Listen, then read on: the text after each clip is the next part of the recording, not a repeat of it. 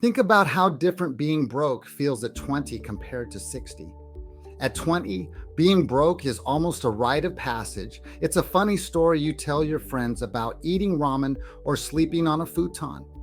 You have time, you have energy, and you can bounce back. But at 60, being broke isn't a story, it's a nightmare.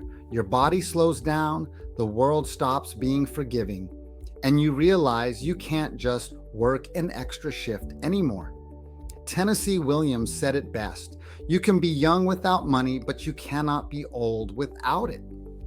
Money in your later years isn't about buying Ferraris, it's about dignity. It's about not having to choose between medicine and food. It's about having the freedom to say no to a toxic situation because you aren't trapped. The best way to secure that dignity is to stop just saving and start generating. You need assets that pay you. This is why we focus so much on strategies like selling options. It's a way to generate consistent income from your assets, so you aren't just eating into your savings. We teach this step by step in our community. Come learn how to build that income stream in the Discord. Click the link in the bio or head to techhedgepivot.com. The good news: you don't need to be perfect to change your future. You just need to be intentional. Start with 3 simple things. 1, know where your money goes. Stop the leaks. 2, build a buffer so a blown tire doesn't ruin your month.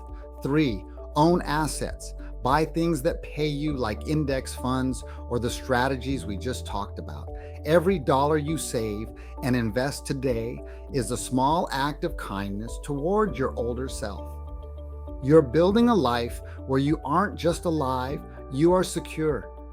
If this gave you something to think about, hit that like button and subscribe. Share this with someone who needs a reminder that their future self is worth planning for. And if you're ready to build that future with us, join the Discord. The link is in the bio or at techhedgepivot.com. Be kind to your future self. I'll see you in the next one.